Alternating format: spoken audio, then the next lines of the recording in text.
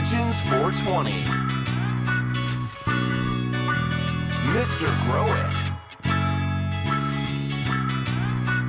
And Rob from Cannabis Lifestyle TV. From the Stash Podcast. Back from the Stash Podcast, it's your boy Rob from Cannabis Lifestyle TV, Chris, aka Mr. Grow It, and Pigeons 420. What's up, boys? Good to see you guys. Good to see you. Good to see you guys again. How's it been? Back from the podcast. From the podcast in the Stash. You didn't say it this time. I'm here. I got it right. That was a classic. Yeah, a lesson learned, I guess. I feel like every time we do this, I'm pre-stoned, and then I get stoned on air. I'm like the Mythbuster guy, but I swear there's no issue consuming on camera. It's more like talking about where to purchase things. Because you're right. Where to grab things by trading currency for them, or getting chicken feed. We'll say. Here comes the hammer. Chicken feed. If you have chickens and you have to feed your chicken, and you're looking for those ones, and they, just don't germinate. You got to be careful. So that's the key thing, But speaking of germination, no, you're right. We're going to talk about in this video growing. We're back to it. So specifically, different types of nutrients. Now, there's tons of different types of brands. I mean, we could take 3 episodes for that. But the different types specifically we're going to touch on right now would be more like your bottled, whether it's mineral or salt-based or organic. You're looking at things like dry amendments. If you're doing the organic dry amendments, you've got bottled. Yeah, bottled organic was my first round into the world of growing, and then you've also got like super soils, things like that. So there's a big variety, and for the most part, obviously the NPK, the micro and the macronutrients, plants need what plants need, but how they're fed and how they take things up and how you treat it is going to be different with the different types of nutrients. So a good avenue into that is you talk about salt-based versus organics, and just the availability to the plant, right? So if you're using bottled nutrients, most bottled lines, those nutrients are going to be immediately available for plant uptake, right? They're in an ionized form that the plant can actually uptake. Now, on the organic side of things, whether using blends or amendments, organic matter, compost, whatever, that needs to be broken down first by microbes in order for the plant to be able to uptake it. So there is a difference as far as immediate availability. So a lot of people, they'll like the bottled nutrients. They'll start off with the bottled nutrients because it's so easy for the plant. It kicks in faster in a sense because they're able to uptake it immediately. And then if they have deficiencies, there's a faster recovery, right? Because if you're going on the organic side of things, if you have a deficiency and you feed your plant some organic matter, unfortunately, that plant is still going to struggle for at least a week, that organic matter to break down and be available. So there's some pretty big differences there. I think that's one thing that shies people away from going organic. But I use both in my garden. I've used both in the past. Yeah, currently myself right now, I'm running both. But that's where the thing is people get tripped up on, is they're like, whoa, this is going to be better. I'm going to get better terps or better this. And regardless, your plant is going to need the macro and the micronutrients. The macro being your nitrogen, phosphorus, potassium, obviously. And the micro being your calcium, magnesium, sulfur, zinc, iron, cobalt, silicon, 17 boron, essential nutrients. 17. Like the list goes on. There's a lot, yeah. We'll go over that one specifically, but there's a lot of them. Try to get them as much as I can. I should have made a list. I got notes and didn't put those ones in my list. But yeah, it's insane, man, when you think about all of the stuff that you would have to do bit by bit by bit, which makes it more attractive for a lot of people in that bottled world. You go and deal with something that's done for you and mixed together, boom, you're good to go. Now, fast forward into today's world where cannabis is a lot more acceptable and you've got businesses that all they do is craft things for cannabis. You've got a lot of organic mixes that are completely done for you as well. Right now I'm using the Build a Soil 3.0 mix. I saw you got a nice run of Build a Soil stuff there, Chris. Definitely going to have a good run. Yeah, I did a haul. I ended up getting a bunch of stuff off on Black Friday. They had a huge deal. Killer deal. I know, dude. Killer. For all that you got, that's going to be like years worth of grow because you can keep reusing, and that's where I bought the blend all together. So it was the 3.0 potting soil mix. It's pretty much majority of what you got, but already put into one mix. So then I just had to pay $25 for the bag, which is I think 2 cubic feet, and then $20 for shipping. So the shipping is kind of a bitch, but you think about $45 is the cost of my plant plus water. I've had to do one top feeding in 12 weeks of growing, and that's from clone to now, and so it's pretty affordable, man. And I'm going to be able to reuse this again. So for me, leaning towards the organic side is cool, but the biggest difference is I got this headbanger that's a fucking stressful plant, and like no matter what I do, it's always just stressing me out. Whether I put too much or too little, it seems like there's a problem. The rest of the room is vibrant green and beautiful. Headbanger is yellow and stressed. I'm like, what is wrong with you? I'm surprised you still run that. Dude, I must love really like that it, huh? smoke so much. My favorite bud. If that's all that, if the only kind of cannabis that was grown, period, is that, I would be okay with it. Worth I it, huh? fucking Worth all love that it, headache. dude. I love it. I don't know what it is. I like shoot myself in the foot sometimes. But I got this great growing plant right now, this Underdog OG CrossFit TriStar Claw. Don't like the fucking terp so far at all. But it's, 10 times the grower. Bigger buds, easier grower, vibrant green. But with the organic side of things, the difference is now, instead of me forcing the plant to take things, it's taking up what it wants. So I've got it like in a giant battery, it seems like, in a 15-gallon pot. The energy that it's able to absorb, since it's a larger container, has been able to go longer than what it would have been in a small container with the organic mix. The plant's basically absorbing what's already in the food in the mix there, and I just am feeding the food. I'm adding some, recharge I did recently. Did a transplant initially using Great White, so inoculating that root system. Big shout out to our sponsor there, Plant Revolution. And then you could even use something like Mycochum again to feed your microbes in there. That's the key thing. At that point, you want to just feed the microbes. As long as you got a healthy, atmosphere, basically, you got a diverse population of soil microbes and mycorrhizae in there, that plant's going to do really well if the food is in there. So it's all working together in a symbiotic relationship.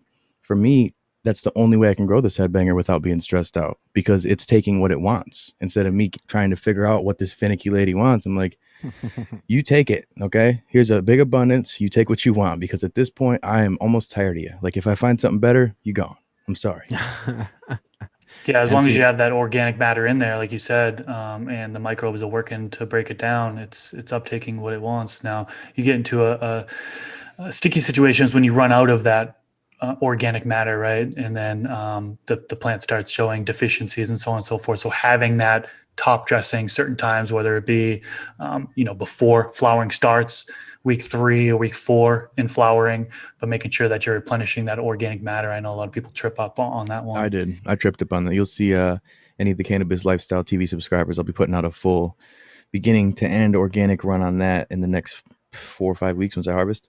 And you'll see that was a mistake on my part. I should have put it in around week 3. I waited till around week 4, and you can see some deficiencies coming in towards the top area. Nothing too crazy, but not as beautiful as she once was. But for headbanger, it's amazing how she's growing.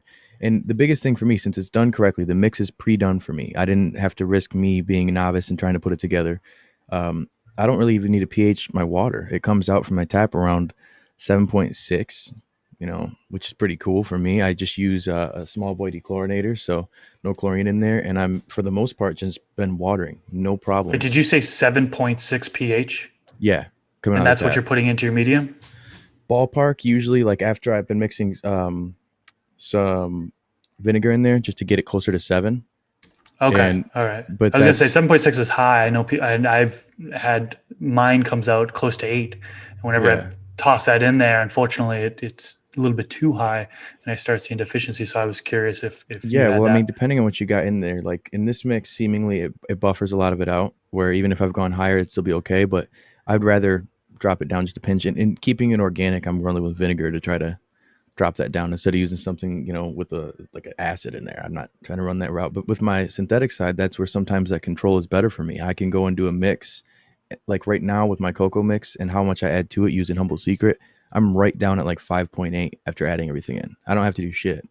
It's beautiful for me. Same thing with Blue Planet Nutrients. Half dose of Blue Planet Nutrients, according to their feeding chart, it's 5.8, which is perfect. What I like to do in Coco Coir. Yeah. So, that's where I see, like, we have a video also, or an audio as well, if you're new to the podcast, organic versus synthetic or mineral based. And that's where I see the arguments of trying to do it. But then you get into the world of synthetic, and like, there's so many different lines, dude. I've gone through so many. Creating the 420 Growers Club, I was just a guinea pig in my own garden and got every line from Green Planet to Nectar of the Gods to fucking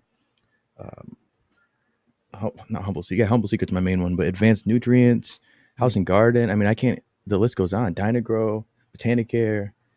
Tried them all, man. I ended up sticking with one that I really like, and that being Humble Secret for my own reasons, really, because my plants reacted well to them. But the difference in these newts, I've seen other people say like, nutrients are nutrients are nutrients. Not necessarily. If you run the entire line, No. maybe, but not all lines are still made the same. But if you try to That's right. mix and match stuff, that's where I had a lot of my issues.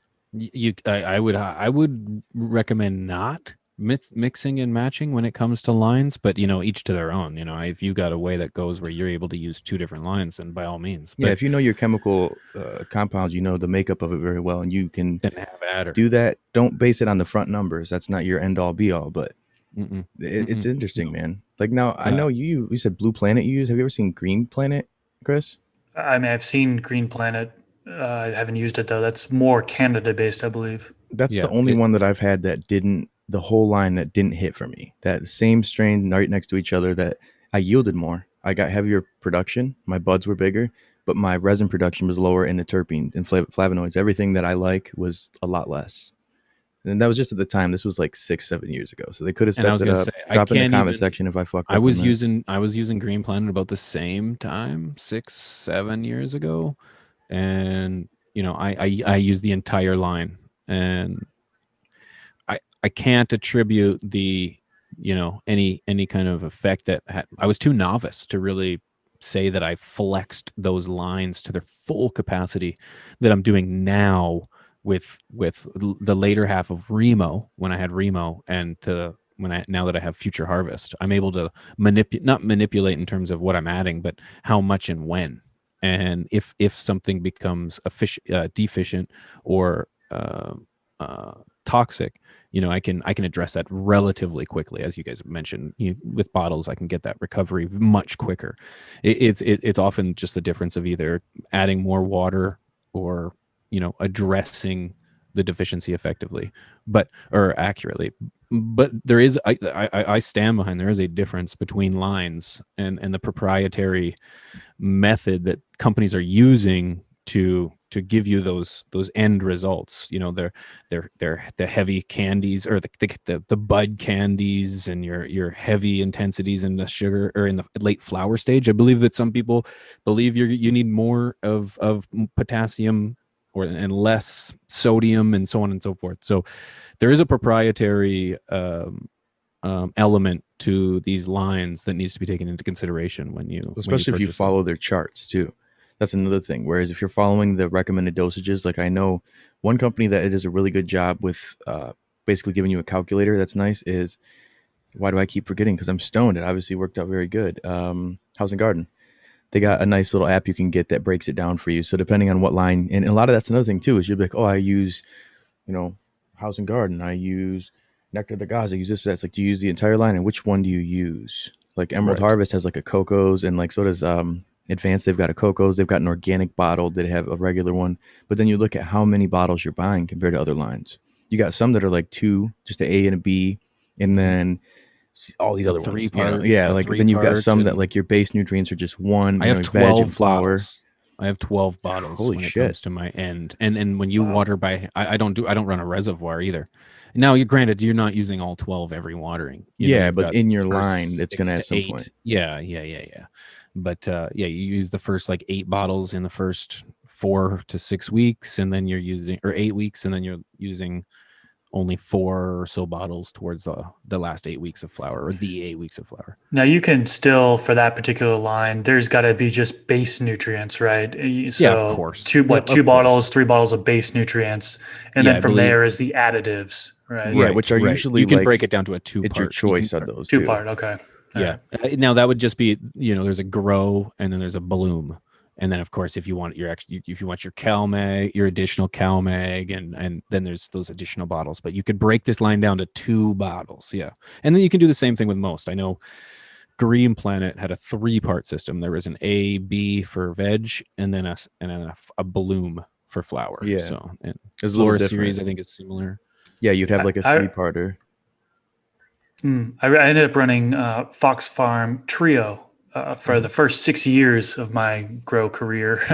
I stick with them because they work so well, and their line is very, very concentrated. So it's not really watered down. Some of these nutrient companies, they water down. Yeah, a lot of them water them down. So it's mostly water weight when you're getting them. But you can get a 16-ounce bottles of Fox Farm Trio, and with some phenos, that's all you need. Now I'll add in CalMag because I see calcium deficiency, magnesium deficiency. So adding that on top of it, and that's usually any brand. I know Pigeons, we talked about a little while ago. You said you wouldn't mix the brands. I wouldn't mix like I could do that. Yeah, the CalMag, I would go to a different one. That's fine. Like an additive could be a different brand, but the base. I think that would be one of your exceptions. Would be the CalMag, even for your roots. So, like for example, I use KLN still to this day. I'm a big fan of KLN from Dynagrow. I started with that years ago, and I still use it. I like it, And some people are like, we don't like root hormones. It works really good for my grow, so I choose it. But I know other people who use a different one. The only reason I would say not to would be more of an experience thing. I would just focus if you're just getting started, or if you've been doing this for just a little while and you're trying to find your line. I don't mix line. That would be my recommendation, because it's just going to add a variable in that may or may not even need to be there. That's all. That's the only reason I'd say. No, I agree. Because your cases, Rob, if you've got a product that you've honed in, then you exploit it. Or if you've done a scenario where like you overdo it. I've doubled up on my amino acids before where I didn't need to. And I didn't realize one product contained it as well.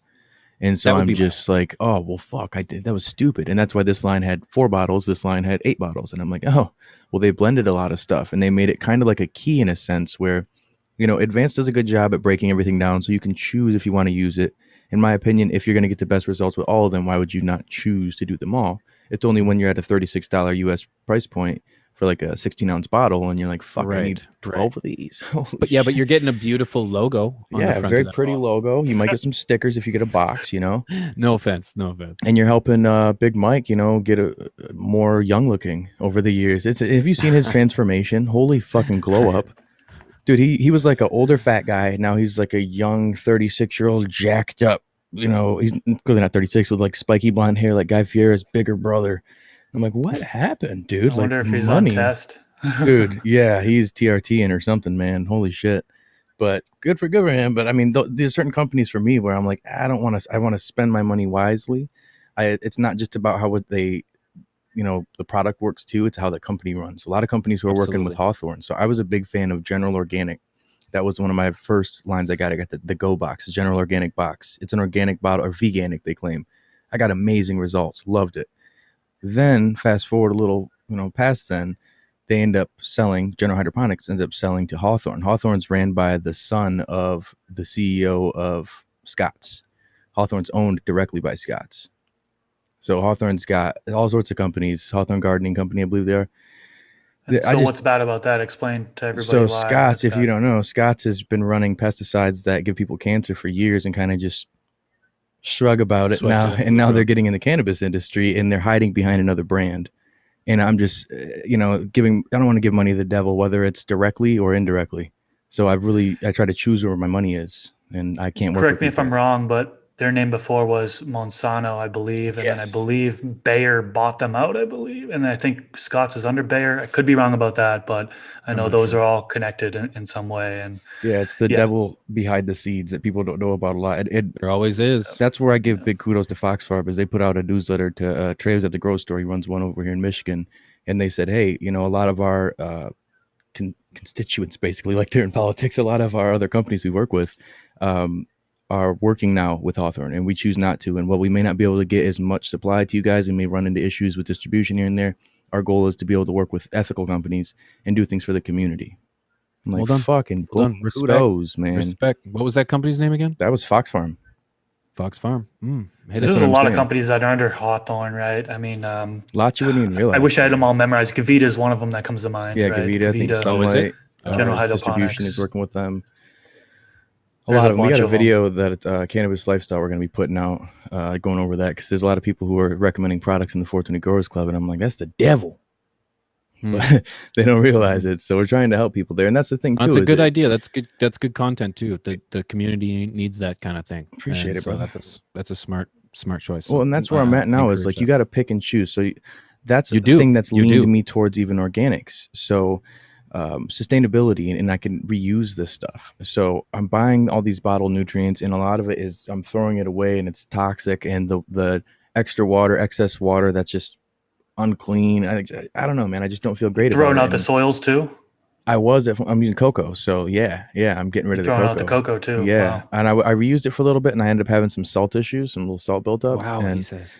Yeah, and so I don't feel good about it, you know. So I'm getting to the point now where I'm like, sustainability. I got to think about the future. I got kids. I want my kids to have kids, and those kids to have kids, and we live a long life. That's so truth, man. That's where I'm thinking, not just the money, but like, well, maybe I can pivot into that. Well, coincidentally, the ease of use, like we mentioned in the video of organic versus synthetic, for me, it's a lot less time consuming when it comes down to the organic super soil. Now, when it comes down to dry feeding, top feeding with dry amendments, I still see people like Matt, Mr. Canuck Grows. It looks like he just puts it in and just waters for the most part until he transplants and does a few other things. There's not a whole lot of extra top feeding you have to do.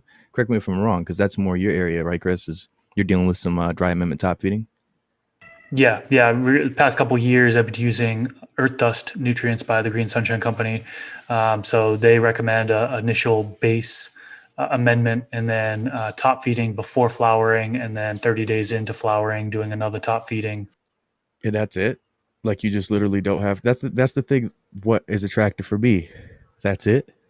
You don't have to fuck around and every week re-abed. Yeah, as long as you're putting in pH'd water, apparently it should be good. Now, I've had issues with it in the past where I get all the way into flowering, then all of a sudden it starts yellowing out.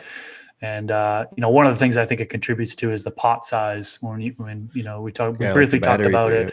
But I mean, I was doing 3-gallon pots, 5-gallon pots. And now I'm venturing into 7-gallon pots. Yeah. Probably go higher than that. I'm in a 15 at the minimum. Yeah, so you're in a 15. That's why I was able to probably go so long. And so Build a Soil recommends that 7. You know, who'd be a good person to have on one of your talks, man, is the owner of Build a Soil, Jeremy. Great guy. We had him on Cannabis Lifestyle. Very, very, very intelligent. He breaks down things. And, that's a great company too, man. Yeah, solid company, man. I'm all about them. We're not sponsored at all by them. I mean, as you mentioned in your video, you bought all the shit. But does he have an Instagram? Or does he just go through the Build a Soil? Well, just the Build a Soil one. He runs that one? 99% sure. That's how I got a hold of him. Okay. He left me on scene. Jeremy. On Instagram. It's okay. It's okay. I get it.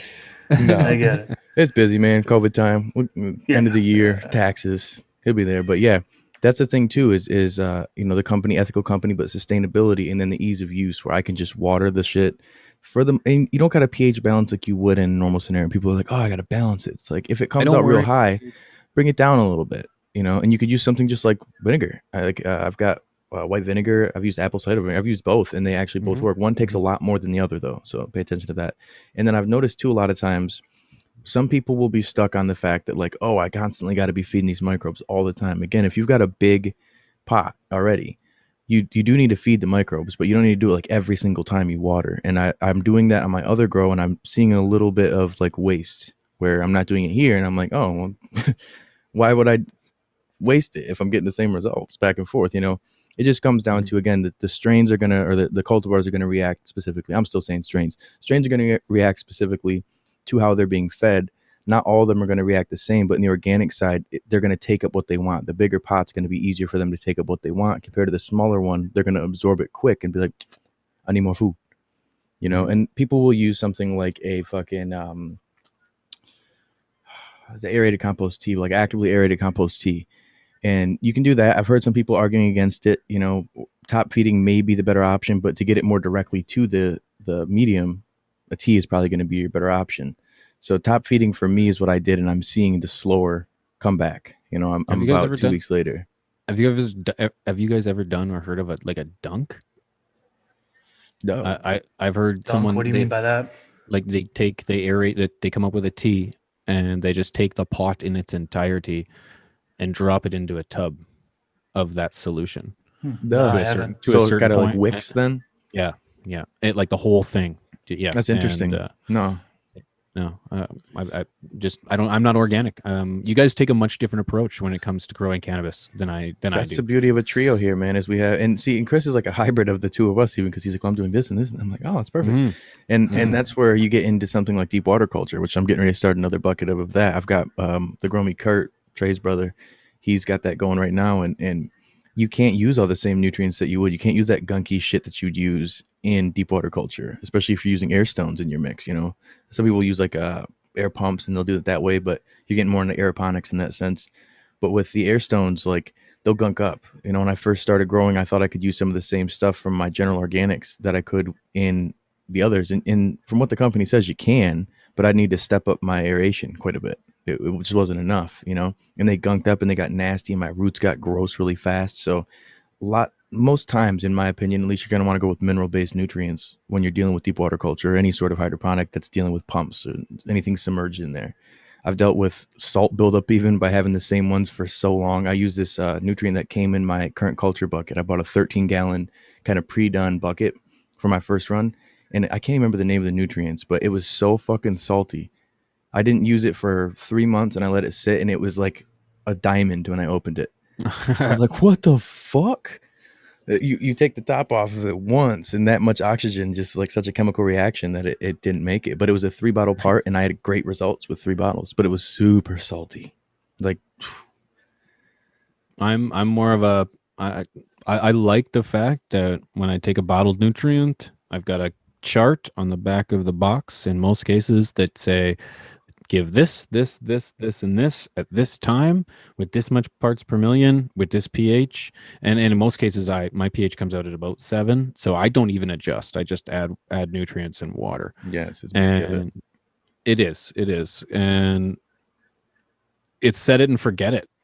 I've made it a regular routine that you're typically, I do an alternate program. Now, some people do a double feed program, but I do an alternate. So it's water one day, feed when it needs to be watered next, and then a water and a feed, water, feed, so on and so forth. So it's just set like that. Forget it. If I see a deficiency, adjust it based on whatever needs to happen. If it's deficient in a veg stage, well, let's increase one of the 3-4 bottles or all 4 of these bottles, and I will get some kind of result. If I'm in flour, it's increase if I see a deficiency, and decrease and increase the water if it's a toxicity. So very simple. I want a very simple. I don't want to apply any more brain power than what goes in. You know, it's everything's written down, so it tells me when I did to do it. I mark down when I do it, and I move on. See, I think that's comparable with organics, though. Like, if you do that in today's world, there's enough videos, enough content out there. You got the Hobie Creek Goblet 510, got a great course, the 420 Growers Club, that breaks that down. But you've got Subcool, Super Soil, things like that, where you have to do the initial research, but it's literally written down or typed up somewhere, and you could take that exact recipe and just do it. And then once you do that brain power initially, it's not much after that. That's the argument of the versus side I'd see of the organic, where it's like, well, fuck, man, if I do that initial work for the long-term gain, or I do that every week work, every day work, there's a difference. I just ordered a what is it? Hydrolock auto watering system. And that's going to be how I'm watering my stuff now. So the fact that I can just auto water, and then I got to amend it once I flip into flower, like, that's beautiful. That's beautiful. It's going to help a lot. One thing that I did actually record an episode with another YouTuber last night, and he grows organics. And one of the things that he had given advice, I asked him, well, what advice do you have for anybody that's starting to get into organics? He said, don't try to be a soil scientist.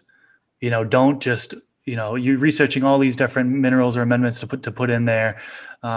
Don't try to come up with your own plan, he had recommended, because you're spending all this money to get in there, and all of a sudden you could potentially have the wrong mix of nutrients, the wrong ratio.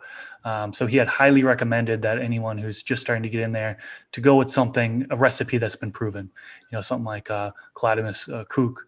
I think that's the name.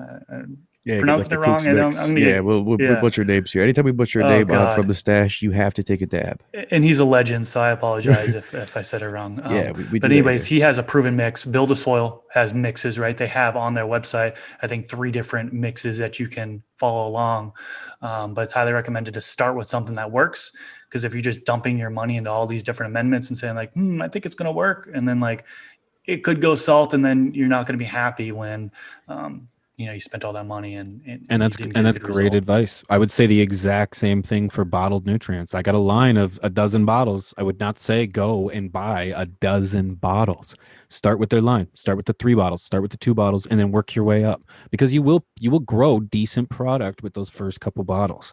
It's not until you start to figure out your swing and your routine that's like, okay, all right, let's increase things. Let's start adding more variables here, and that's when you're going to start to see more promotion in resin and density and flavors. And yeah, Yeah, that's dude. why I'm at so many bottles now, because I notice, like for example, an Afghani or an AK-47 for me is one of the most sensitive plants I've ever grown. And if I try to throw at it, all of the bottles, it'll tweak and turn sideways every single time. I've got to select a few and run with those ones, and 95% of the other strains that I've run are very generic, very easy to handle. Just follow the guide and you'll be fine. I like to increase here and there towards early and late flower, but you'll find your swing. So I would recommend the same thing. If you're just starting out, don't make the nutrients be the most difficult thing Yeah, don't overcomplicate when you're it. starting out. No, because you're going to have to deal with growing isn't hard, but it can be if you oversimplify or overcomplicate everything. Well, and that's So, where if you gradually work your way up to it, it's not that hard. It's just like, prime example is in jiu-jitsu. You start off and you're doing stuff like shrimping, which is these moves where you're like pushing out and you're like, this is dumb. Kind of Miyagi Right. shit is going on. Right. And then slowly as you work your way up, you're starting to do, regular things, even as a white belt. And then you're not really going to advance more until you really gradually work your way up. Just like anything, you got to gradually work there's always your a way up. foundation. Yeah, start with the foundation Gotta that's already establish that laid out. foundation. No, like Tony Robbins says it great. Don't reinvent the wheel. Find what works and implement it into your life. And that's the key thing. Like you can follow exactly what I do with 420growersclub.com. You can follow exactly what Mr. Grow It does, exactly what Pigeons 420 does, and see the pros and the cons, the trial and error and the mistakes, and avoid that stuff by following a recipe that already works and a process that already works. That's what I wish I had when I first started. The only person I knew Agreed. who was on YouTube and doing it like that was, shout out to him, I see he's still out here doing it, is High Grow Hybrids. Dude was killing it with the fucking DWC. That's what got me into scrogging, got me into topping a bunch, low stress training, all that stuff. The plant training was from him. Before that, I would just follow the back of the box and put my plants in there and they'd grow.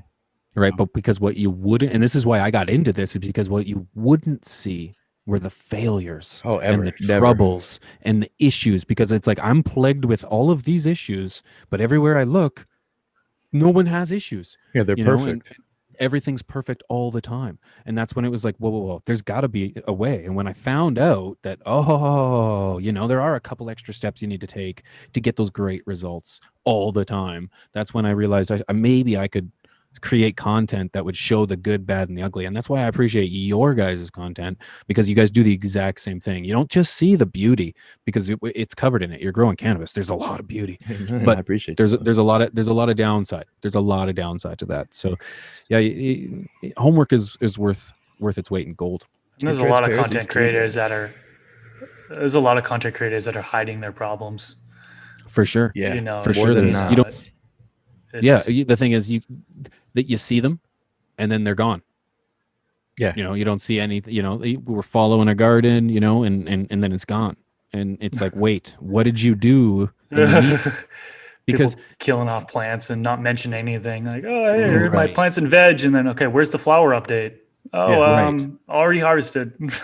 Where'd it go? I don't see. I'm a victim of my own content creatorism of that. Is I need like my drama, my Rob Dyrdek's drama, who's just in the building with me with a fucking camera, because like I forget sometimes, like I'm in the garden, like, cause I know I gotta rush home. That happens. Yep, that happens. That happens. Then like I'm just gonna cut the plant and hang it upside down. I'll be back tomorrow. I'll take the family, so like, and then I come back and I'm rushing because I got 3 calls to the 420 Growers Club. I'm like, fuck, all right. I do the same thing. I'm like, I should have just had a camera on in the corner, like real world style, Big Brother, just watching me the entire time, and then I use that piece. But the difference is how many videos do you and myself have on bugs, on mold, on deficiencies, on like I'm full of them. I have Oh molded yeah. We more wouldn't be able to put them out without having in my those day. experiences. Right. Yeah, And I've got enough bug and how to fix and I barely even deal with bugs, but I've got stuff that covers it. I'm always dealing with bugs. and the sad thing is, on those particular videos in particular, somebody new to the channel always comes on there. They watch that video, and then you get a negative comment like, "Oh, you're such an amateur having problems like that." Right. You got right. thrips, that's easy. Just spray and walk away. I'm like, There's well, like this 2 or 3 video is to comments. help someone who is dealing with this, dumbass. But thank you. Right. I'm a proponent of showing my problems. I feel like it's learning experience. I said this in one of my recent videos, but one thing I learned when I was working at Amazon is problems are treasures, right? So look at them as treasures, because you're able to then identify what the problem is, do the research, identify what the problem is, learn about it, right? And then put actions in place in order to reduce or prevent that problem from happening again in the future. So I have no problem showing off my problems. Bezos. And if people criticize me in the comment section, I kind of just look the other way, if people I'm pretty wanna... aggressive. I tell people to eat dicks, but kind of my thing. Like, maybe I gotta chill on that. I got a couple of serious haters because they don't like being told that, but I've gotten in the habit of now pinning the negative comments. Like, okay, everyone, look at this dickhead. And the first, it gets 5 or so likes or whatever, 6 likes, because he went back and signed into all of his accounts, so he could give himself 5 likes, right? But I pin it, and then they get eaten, and the next thing you know, I go to look at the comment, it's gone. I was like, oh, did you realize that you're an asshole? And haven't the world started to realize, Anyways. But yeah, problems do happen in the garden, especially when you're dealing with nutrients, right? Whether you're a new grower, not feeding the right ratio, overfeeding, underfeeding, so on and so forth. One additional thing that I think we should talk about is the order that you mix in the nutrients. Now, particularly bottled nutrients, right? There's a specific order that you want to mix in. So why? I kind of talk about that. Go ahead. I learned, my knowledge comes from NV Closet Med Grower. Shout out to him. Yeah, this dude is a genius. I actually consider him a personal friend. I hung out with him in person a couple times, and unfortunately he moved away. Now he lives in Colorado, doing big things. I'm happy for his success. But one thing I learned from him was the order that you should mix the nutrients. So number one, he had mentioned silica. So mix that into the water first. Apparently that takes a little bit to bind to that water. If you're mixing other nutrients in, it could potentially mix those other nutrients and create a salt. So silica first. Too. You notice that? The silica, it'll make my other nutrients, when I add my calcium in, it like coagulates in my water. If I've done that before and been like, fuck silica. And then I added so make sure when you the order is correct, but you need to aggressively agitate the water. You need to activate and get those bubbles every time. So as soon as you add your silica, you need to shake the shit out of it to activate it. Agitate. Yep. And then those microbes are activated, and then you can then add. You got to do that for all of those. So I won't take it. Go ahead. Yep. So silica first, next CalMag, next base nutrients, then additives, then pH up, pH down, and then last microbial inoculants. Now, the reason why microbial inoculants is last is because pH up, pH down is known to kill off some form of microbes. It's not going to wipe out the entire population, right? But if you're adding in your microbes first, then adding in your pH up, pH down, it could kind of kill off some of those beneficial bacteria, beneficial microbes that you just added in. Now, some microbial inoculants apparently adjust the pH. So you got to do your own research, your own experiment to find out if the microbial inoculants that you're using, if it is adjusting the pH. But yeah, that's the order: silica, CalMag, base nutrients, additives, pH up, pH down, and then microbial inoculants. Is that the order that you guys usually do, or what do you do? Very similar. Yeah, very similar. Golden Tree from Humble Secret says you have to use that first. So I've said before, like, nah, and I've gone silica, and then I add that, and it never mixes fully. It like sinks to the bottom. So and they're one of those like secret sauce Big Mac type motherfuckers where they put half of what is in the ingredients and then all of a sudden the other is proprietary. And I don't like that. I really like to know exactly what's in it, because if I'm kind of mixing and matching, am I overdoing? Am I underdoing? Is this redundant? Do I need to add all these extra things? So that's the one only exception. Otherwise, yeah, 100% exact same way. And some will find either pH before before you add anything, and then some will say after, based on whether or not the nutrients will affect it. affect.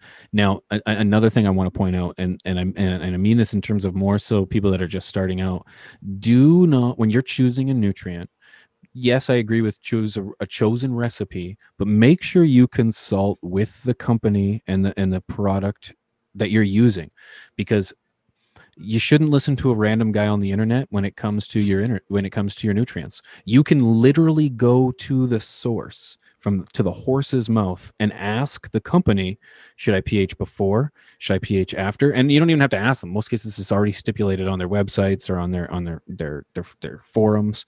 Yep. But just make sure, if you have a direct question about a nutrient, don't ask me. Don't ask Chris, go to the nutrient company, because they have spent X hundreds of thousands of dollars or whatever to create this product and have honed it in specifically for cannabis. Yeah. And you get that information from them. They know it. So that would be where I would go for that information. Well, in these You companies, say the they same know thing you're a about lifetime LED customer, grow so- lights. Yeah, well, dude, we I got to will- think about it like this: is these companies, if they have good customer service, which they all should at this point, they want you to be a lifetime customer. So if they don't have a group of people who are, that's all they do, they're engaging in the customer's questions, move on, in my opinion. I just, because if something comes Agreed. up, you got to Agreed. literally There's ask somebody companies who out may have there other that will variables. do it. Yeah. Agreed. Yeah, that's a great point. Can't find my goddamn coffee. That's a dude, good point. That's And where I so- think, yeah. what you're looking at, the organic side, there's less of a situation where you have to have the company involved. Builder Soil is an awesome company. You've got, again, with Green Sunshine Company, you've got a few of them out there that are specific brands like that, but you can go and get natural things, your bone meal, blood meal, your kelp. There's a lot of different things that you can purchase that aren't really cannabis brands. So when it comes to organic, if you know how to do it and you want to have the brain power, you can go and just get these pieces from your local city farmer or whatever place you have at a farm store, and get the products and mix it in. You just need your peat moss and you're good to go. So it really depends. But I'm curious to know about what you guys are using in the comment section. We've talked about a lot of nutrients. We talked about a lot of organics.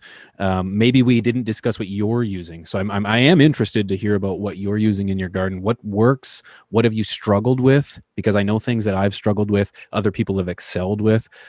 Put it in the comments. Let me hear from you. I want to read it. Absolutely. And if you're listening to this, you don't have an area to comment.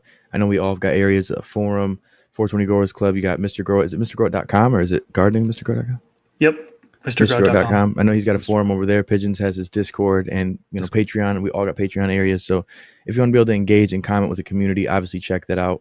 Free areas in certain places. But yeah, other than that, I think that concludes it, boys. I think It was a great conversation, gentlemen. We'll have to hop over there on the old Twitch here. See y'all on Thursday on Twitch. Probably gonna happen like that. TV/From the Stash Podcast. Absolutely.